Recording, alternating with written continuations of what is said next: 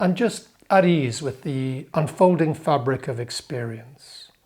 In a certain way, there was no inside and no outsideness to the experience. There's just experience, a continuous fabric of changing experience, changing, changing, changing, changing, always changing and always wonderful.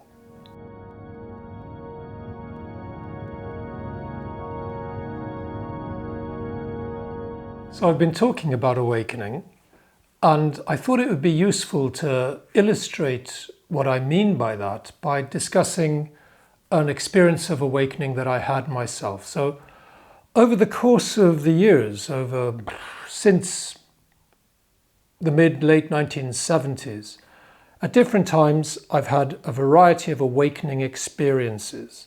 So by awakening experiences here, I just mean experiences of seeing things, it appears to be, as they really are, a feeling of profound expansiveness, profound connection with other things, with the rest of life, feelings of real love, goodwill, well-wishing towards everything. Peak experiences, and they last for a while and pass away. And so I'm not making any claims about being anything like a Buddha or being enlightened, anything like that. But I've had these awakening experiences and they're important. So I think about them as mild, moderate awakening experiences, and they've left me changed. After experiences like that, one's frame of reference changes. One sees things differently, feels things differently, experiences life differently, and it's really benign, really pleasant. So here's a recent one. A friend of mine was living in a retreat center in the mountains of southern Spain. And he'd invited me to join him there for a solitary retreat. He'd set me up in a hut at the retreat center, give me food and firewood, and leave me to my own devices. I had running water. It was great. So I flew in, he picked me up at the airport, brought me up to the hut, and it was really, really, really lovely spot. I mean, up in the mountains, just through two peaks as we arrived, beneath a crystal blue sky, I could just see the Mediterranean glinting in the distance, wide open, expansive views in all directions, a wonderful, quiet, tranquil, open spot. So I settled down that night, and the next day the rains came. And they were torrential, they were biblical. It was rain as nobody up in the mountains can ever remember. Roads were washed away, terraces were washed away, landslides. And my friend and I spent a couple of hours sort of splashing through mud, frantically trying to dig channels to draw the flooding waters away from the hut. And we did that. We succeeded. We created two big channels, we dragged the water away from the hut, or at least led the water away from the hut. And although it was still raining and still gushing everywhere, I was dry, warm and safe. I was not going to be disturbed because the rain made disruption very, very unlikely. And I had enough food and enough firewood to see me through my time there. It was just perfect conditions for meditation, just perfect. So I settled down to meditate.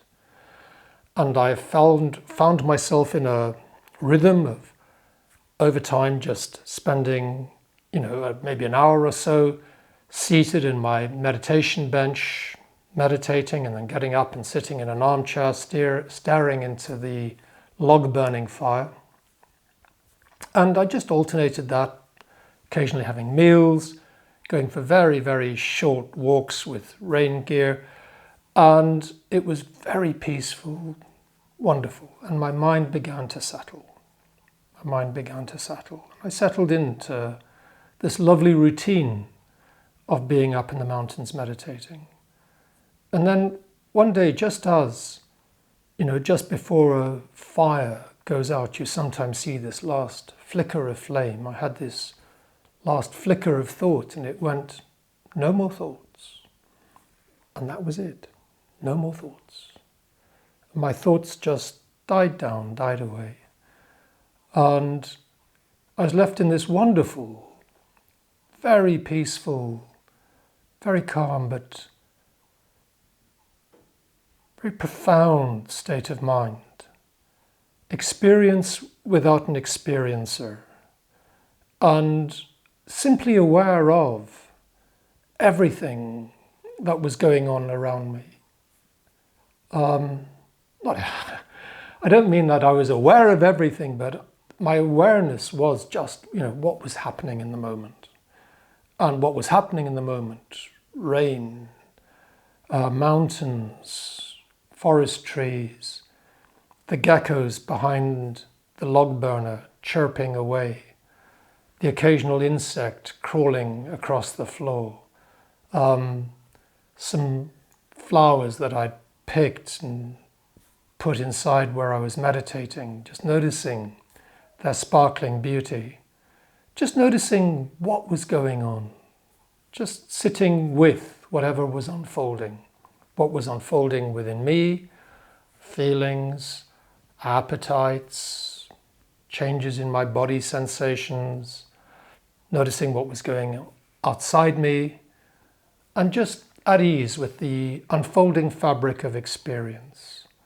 In a certain way, there was no inside and no outsideness to the experience. There's just experience, a continuous fabric of changing experience, changing,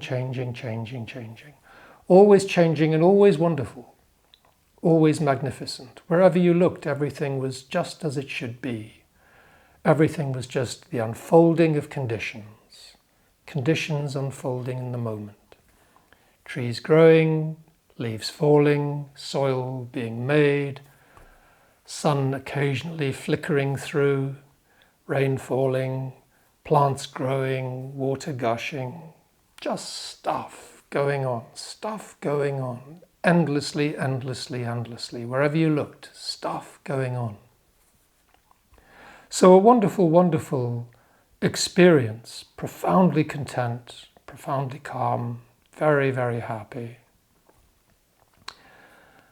And over time it passed, and gradually thoughts started to re-emerge. But by and large, the thoughts that re-emerged tended to be just very, very positive, very, very happy, very, very content.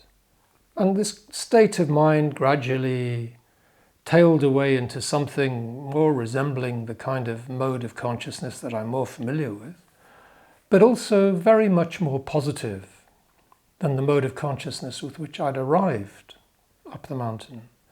And that lasted for weeks, months afterwards, gradually, perhaps tailing off into something more familiar, but not quite.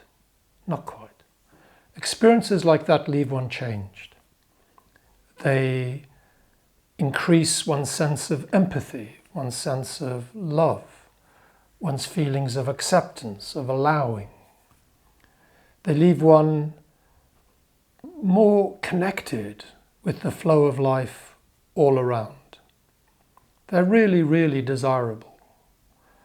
And yes, it was a mild, a moderate awakening experience, we could say. It wasn't the sort of earth-shattering experience that people like the Buddha report, or Eckhart Tolle, or some of the Christian saints. Nothing like that.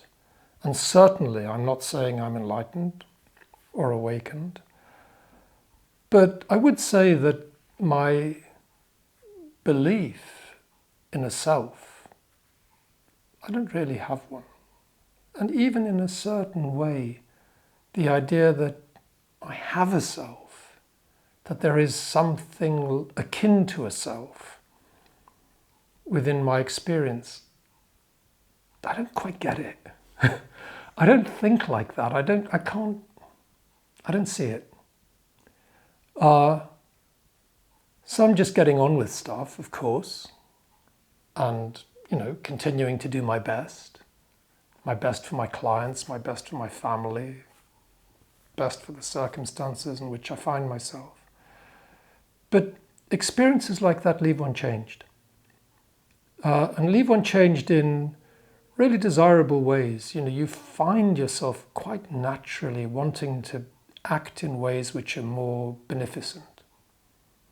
Just wanting to be a good person, be kind, be decent, be a bit more loving. You find yourself just doing that.